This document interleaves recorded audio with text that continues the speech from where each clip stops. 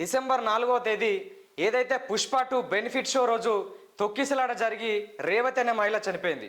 ఇక ఇప్పటి వరకు గత 20 రోజుల నుంచి దీని గురించే దేశవ్యాప్తంగా అయితే చర్చ జరుగుతుంది. డిసెంబర్ 4వ తేదీ రోజు ఏదైతే పుష్ప 2 బెనిఫిట్ షో కోసం వెళ్ళి రేవతి అనే ఒక మహిళ తొక్కిసలాటలో చనిపోయింది.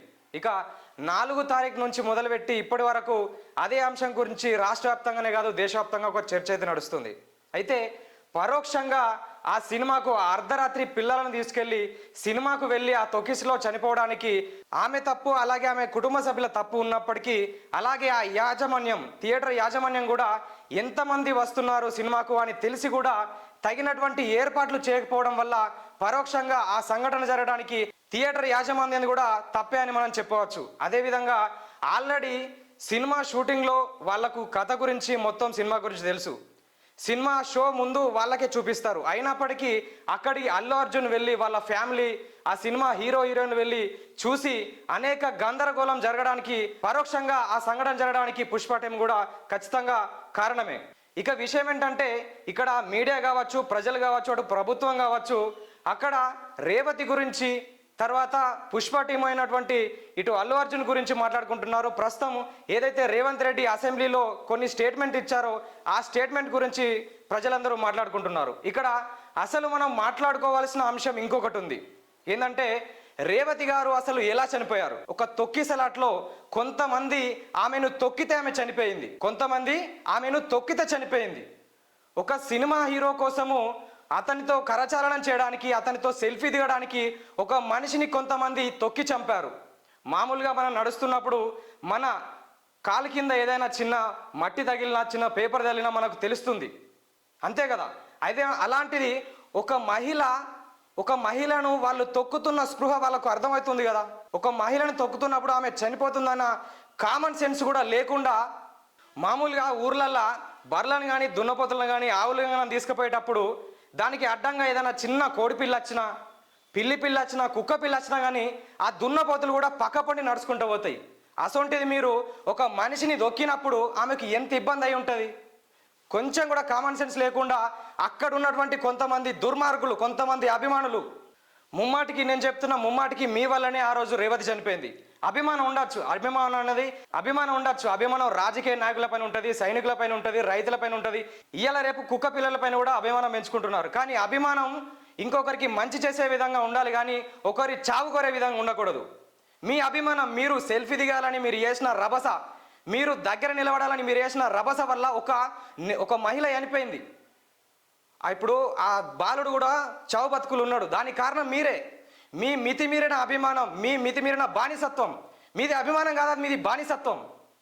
ఒక వ్యక్తికి అంతగానం అడిక్ట్ అయ్యి ఒక మనిషిని చంపేంత దాన్ని అభిమానం అనరు. అది అభిమానం కాదు. ముమ్మాటికి ఆ రోజు సంధ్యా థియేటర్కు వెళ్ళి కొంతమంది దుర్మార్గులు కరచాలనం కోసం, సెల్ఫీల కోసం తొక్కి చంపిండ్రు రేవతి గారిని తొక్కి చంపిండ్రు.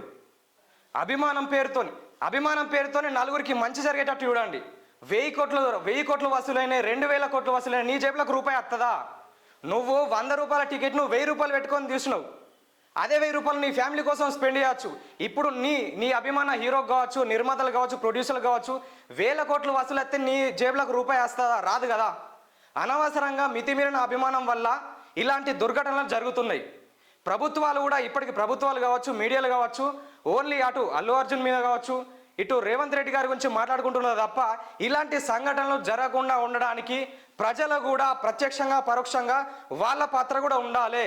ఇప్పుడు ఎంతో మంది ఆ సినిమా చూడడానికి ఆ రోజు వచ్చిర్రు. అట్లనే రేవతి గారు, అట్లనే వాళ్ళ పిల్లలు కూడా వచ్చిర్రు. కాకపోతే అక్కడ మితిమీరిన అభిమానం చేయబట్టి రేవతి గారు ఎలాగైతే సినిమా చూడడానికి వచ్చారో అలాగే కొన్ని వందల థియేటర్లలో ఆ రోజు అట్లనే సినిమా చూసిర్రు. కానీ ఈ మితిమీరిన తనం ఏదైతే ఉందో దానివల్ల మాత్రమే ప్రమాదాలు జరుగుతున్నాయి. అల్లు అర్జున్ గారు, వ్యక్తిగతంగా నేను కూడా మీ అభిమానినే. మీరు ఆ డ్యాన్సులు కావచ్చు, ఫైట్లు కావచ్చు, యాక్టింగ్ కావచ్చు ఇరగదీస్తారు. మీ సినిమా ఏదైతే పుష్ప 2 ఉందో బెనిఫిట్ షో 4వ తారీఖు రోజు రిలీజ్ అవుతుంది, బెనిఫిట్ షో ప్రదర్శించబడుతుందని మీకు తెలిసినప్పుడు 3వ తేదీ రోజు సంధ్యా థియేటర్ వారు అల్లు అర్జున్ వస్తున్నాడు, పర్మిషన్ ఇవ్వండి అని పోలీసులు అడిగినప్పుడు పోలీసులు ముందు జాగ్రత్తగా పర్మిషన్ ఇవ్వలేదు. పర్మిషన్ లేనప్పుడు మీరు 4వ తారీఖు రోజు బెనిఫిట్ షోకు ఎందుకు వెళ్ళినట్టు? ఆ రోజు మీరు థియేటర్కి వచ్చేటప్పుడు ఎంత క్రౌడ్ ఉంది, ఎంత భీడు ఉంది అనేది మీకు తెలిసిన విషయమే. వెళ్ళేటప్పుడు కూడా మీరు థియేటర్ లోపలికి వెళ్ళడానికి కూడా వీలు లేనంత మంది జనం వచ్చారు, అంతమంది అభిమానులు వచ్చారు. అలాంటప్పుడు బయట ఒక ఇన్సిడెంట్ జరిగింది. ఆ తొక్కిసలాటలో ఒక మహిళ ప్రాణాలు కోల్పోయింది, ఒక బాలుడు కూడా ప్రాణాపాయ స్థితిలో ఉన్నాడని మీకు చెప్పినప్పుడు కూడా మీరు బయటకు రాలేదని చెప్పి పోలీసులు చెప్తున్నారు. అయితే మీరు తర్వాత ఈ ప్రెస్ మీట్ తర్వాత, ఈ సంఘటన తర్వాత ప్రెస్ మీట్ పెట్టి ఏదైతే చెప్పారో, నాకు కొంతవరకు సినిమా నడిచిన కొద్దిసేపటి తర్వాత మా స్టాఫ్ వచ్చి చెప్పారు అక్కడ ఒక దుర్ఘటన జరిగింది, ఆ తర్వాత నేను బయటికి వెళ్ళాలని చెప్పారు. కానీ వాస్తవాలు అనేది ప్రస్తుతం కొద్దిగా బయటకు వస్తున్నాయి. ఆ సినిమాలో క్లైమాక్స్ సాంగ్ ఏదైతే ఉందో గంగమ్మ జాతర సాంగ్, ఆ సాంగ్ వరకు మీరు థియేటర్లో ఉన్నారు. సినిమా స్టార్టింగ్లోనే తొక్కిసలాట జరిగింది. దాదాపు 9:50 నిమిషాలకు మీరు లోపలికి వెళ్ళారు. 10:30 టైంలో ఈ సంఘటన జరిగింది. 12 వరకు మీరు థియేటర్లో ఉన్నారు. ఆ టైంలో మీకు ఏమాత్రం ఒక సామాజిక స్పృహ కానీ ఉండుంటే మీరు ఆ టైంలోనే బయటకు వచ్చి ఎలాంటి షోలు చేయకుండా మీరు డైరెక్ట్ ఇంటికి వెళ్ళాల్సింది. కానీ మీరు సినిమా లాస్ట్ వరకు ఉండి బయటకు వచ్చిన తర్వాత కూడా ఆ రోజు కేవలం మీ సినిమా ఎట్లా నడుస్తుంది, మీ సంతోషం కోసం, మీ సినిమా కోసం మీరు ఆలోచించారే తప్ప అక్కడ ఒక ప్రాణం పోయిందని ఏమాత్రం కూడా మీ దిమాక్లో లేదు. ఉండుంటే ఆ క్షణమే మీ బయటకు వచ్చి డైరెక్ట్గా ఇంటికి వెళ్ళేవారు. ఆ క్షణమే ప్రెస్ మీట్ పెట్టి జరిగిన దుర్ఘటన గురించి మీరు సంతాపం ప్రకటించేవారు. కానీ ఆ విషయం మీరు చేయలేదు. బయటకు వచ్చినాక కూడా చేతులు ఊపుతూ రోడ్ షో చేస్తూ మీరు బయటకు వెళ్ళినటువంటి చిత్రాలు, వీడియోలు ప్రస్తుతం ప్రదర్శించబడుతున్నాయి. అయితే మీరు ఏదైతే ప్రెస్ మీట్ పెట్టి నేను 4వ తారీఖు రోజు జరిగిన విషయం నాకు అసలుకే తెలియదు, నాకు తర్వాత తెలిసిందని చెప్పి నువ్వు 6వ తారీఖు రోజు ఒక వీడియోను విడుదల చేసినావు. 4వ తారీఖు రోజు నిన్ను తీసుకుపోయిందే ఏ విషయం మీద? దుర్ఘటన జరిగింది, ఒకరు చనిపోయిందని చెప్పి మీకు బయటకు తీసుకొచ్చారు. నువ్వు అదే రోజు సాయంత్రం కానీ అదే రోజు నైట్ స్పందించేది ఉండే. లేకపోతే 4వ తారీఖు నాడు దుర్ఘటన జరిగితే కనీసం 5వ తారీఖు నాడు నువ్వు స్పందించేది ఉండే. కానీ ఒకరోజు గ్యాప్ ఇచ్చి నాకెందుకులే అని ఆలోచించి ఇలాంటి సంఘటనలు ఎన్నో జరుగుతాయి అని చెప్పి నువ్వు ఆలోచించినవు. అందుకే నువ్వు 5వ తారీఖు నాడు స్పందించలేదు. 6వ తారీఖు నాడు ఎంతోమంది యూట్యూబ్ ఛానల్ కావచ్చు, టీవీ ఛానల్ కావచ్చు ప్రసారం చేసుడు ఏ బట్టి మాత్రమే 6వ తారీఖు నాడు స్పందించి డబ్బులు 25 లక్షలు నేను డబ్బులు ఇవ్వబోతున్నాను, అనుకోకుండా జరిగింది, నాకు తెలియదు అని చెప్పి ఒక ప్రకటన చేసింది. అది కూడా నువ్వు భయంతో మాత్రమే ఆ రోజు, నీకు వాళ్ళ మీద ఆలోచనతో కాదు, నీ భయంతో నీ కెరీర్ కోసం మాత్రమే ఆ రోజు అలాంటి ప్రకటన చేశావు. ఇక ఆ తర్వాత వారం 10 రోజుల తర్వాత ఆ అంశం పైన, చనిపోయిన రేవతి అంశం పైన అరెస్ట్ చేయడానికి వచ్చినప్పుడు కూడా చాలా దురుసుగా ప్రవర్తించినటువంటి సంఘటనలు ఉన్నాయి. ఇక రేవంత్ రెడ్డి గారు, గౌరవనీయ ముఖ్యమంత్రి రేవంత్ రెడ్డి గారిని ప్రత్యక్షంగా అంటే ఈ అంశం పైన మాత్రం అభినందించదగిన విషయమే. ఎలాంటి ఒత్తిడిలకు, చాలా చిన్న అంశం కాదు, సున్నిత అంశమే కానీ చాలా పెద్ద అంశం. పెద్ద సెలబ్రిటీలు, ప్రొడ్యూసర్లు ఇన్వాల్వ్ అయి ఉన్నటువంటి ఒక ఇండస్ట్రీనే ఇన్వాల్వ్ అయి ఉన్నటువంటి ఒక అంశం పైన రేవంత్ రెడ్డి గారు దాదాపు ఒక 20 నిమిషాల పాటు అసెంబ్లీలో మాట్లాడడం జరిగింది. ఒక సీఎంగా కాకుండా ఒక మనిషిగా, ఒక మానవతావాదిగా ఆయనను జరిగినటువంటి సందర్భాన్ని కావచ్చు, అక్కడ జరిగిన అంశాలను పూర్తిగా ప్రస్తావించిన విషయాలు మాత్రం దేశవ్యాప్తంగా ప్రస్తుతం వైరల్ అవుతున్నాయి. ఈ విషయంలో రేవంత్ రెడ్డి గారిని మెచ్చుకోక తప్పదు. అయితే బెనిఫిట్ షోలకు ఎందుకు మీరు అలాంటి పర్మిషన్ ఇచ్చినట్టు? బెనిఫిట్ షోలకు పర్మిషన్ ఇచ్చినప్పుడు తగు జాగ్రత్తలు పోలీస్ వ్యవస్థకి చెప్పి మీరు కూడా ఏర్పాటు చేయాల్సి ఉంటుండే. అక్కడ జరిగినటువంటి సంఘటనలో చాలా వరకు పోలీసుల ఒక అజాగ్రత్త కూడా ఉంది. అంతమంది క్రౌడ్ ఉన్నప్పుడు ఎక్కువ మంది పోలీసులను తీసుకునేటట్టుండే. అలాగే ఆ సంఘటన జరుగుతున్నప్పుడు ఏదైతే అల్లు అర్జున్ గారికి పర్మిషన్ లేనప్పుడు ఎందుకు లోపలికి పోనిచ్చినట్టు? అల్లు అర్జున్కి పర్మిషన్ లేనప్పుడు పోలీస్ వ్యవస్థలో ఉన్నటువంటి కొంతమంది పోలీసులు ఆ థియేటర్లోకి ఎందుకు అల్లు అర్జున్ వెళ్ళనిచ్చినట్టు? కొంతవరకు అక్కడ పోలీసుల వైఫల్యం కూడా ఉంది. ఇక సినిమా ఇండస్ట్రీ విషయానికి వస్తే అల్లు అర్జున్ గారు ఒక 4-5 గంటలు పోలీస్ స్టేషన్లో గడిపితే తెల్లారే ఒకలేనికొకరు తర్వాయి పెట్టి కలిసి మీరు ఏం మాట్లాడారు? అసలు మాట్లాడడానికి అక్కడ ఏమున్నది? పండ్లికిలు ఇచ్చుకుంటా, ఛాయలు దాక్కుంటా, కాఫీలు దాక్కుంటా మీరు మాట్లాడింది ఏంది?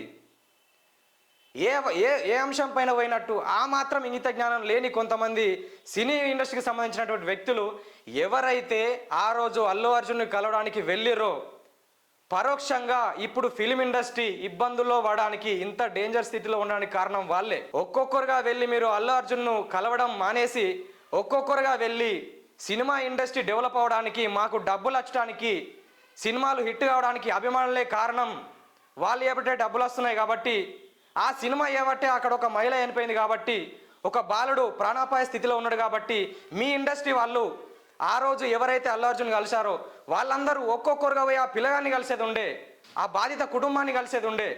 అది మీరు చేయలేదు, అది మీ తప్పు. ఇక సినిమా గురించి మాట్లాడుకున్నట్లయితే సినిమా కావచ్చు, పాటలు కావచ్చు, నాటకాలు, సీరియళ్ళు ఇవన్నీ సమాజాన్ని ప్రభావితం చేస్తాయి. అలాంటి సినిమాలు, పాటలు ఎట్లుండాలి? సమాజాన్ని ఒక మంచి వైపు, ఒక సానుకూల దృక్పథం వైపు తీసుకువెళ్ళేటట్టు ఉండాలి. మొన్న ఈ మధ్యలో అదొక సినిమా చూసినాం, లక్కీ భాస్కర్. ఒక మనిషి అతనికి ఉన్న ప్రాబ్లమ్స్ వల్ల ఎలాంటి దారిని ఎంచుకున్న తర్వాత ఆయన రియలైజ్ అయ్యి మరి ఎలాంటి మార్గంలోకి వచ్చిండు అనేది ఒక మంచి సినిమా తీశారు, లక్కీ భాస్కర్ అనే ఒక సినిమాలో సమాజాన్ని, మనుషులను మంచి వైపు తీసుకుపోయేటట్టు. ఇక సినిమా విషయానికి వస్తే ఆ సినిమా మీరు తీసిందే ఒక స్మగ్లర్ గురించి. అసలు సమాజానికి ఎలాంటి సందేశాన్ని ఇవ్వడానికి మీరు ఈ సినిమా తీస్తున్నారు? సినిమాలు అనేది ఎలా ఉండాలి? సమాజాన్ని, మనుషులను ప్రభావితం చేసేటట్టు, చైతన్యపరిచేటట్టు, ఒక మంచి వైపు నడిపించేటట్టు సినిమాలు ఉండాలి. ఇంతకుముందు జానపద చిత్రాలు ఉంటుండే, అంతేగాని ఓన్లీ మీకు డబ్బు సంపాదన కోసము ఇలాంటి అంశాలను తీసుకొని జనాలను కూడా రెచ్చగొట్టేటట్టు ఇలాంటి ఒక విమర్శలకు తావు తీసే స్మగ్లర్కు సంబంధించిన, దొంగలకు సంబంధించిన సినిమాలు మీరు తీయద్దు. డబ్బుల కోసం మాత్రమే మీరు చేస్తా అనుకుంటే ఖచ్చితంగా సినీ ఇండస్ట్రీ కూడా ప్రమాదంలో పడే అవకాశం ఉంటుంది. అభిమానులారా, ఇప్పటికైనా మారుండ్రి. మీ అభిమానం పేరుతోని ఇలాంటి సంఘటనలు జరగకుండా చూసుకోవాల్సిన బాధ్యత మీ మీద ఉంది. అభిమానాన్ని అభిమానంగా మాత్రమే ఉంచండి. ఇలాంటి సంఘటనలకు పరోక్షంగా కారణం కావద్దని ఆర్ తెలుగు కోరుకుంటుంది.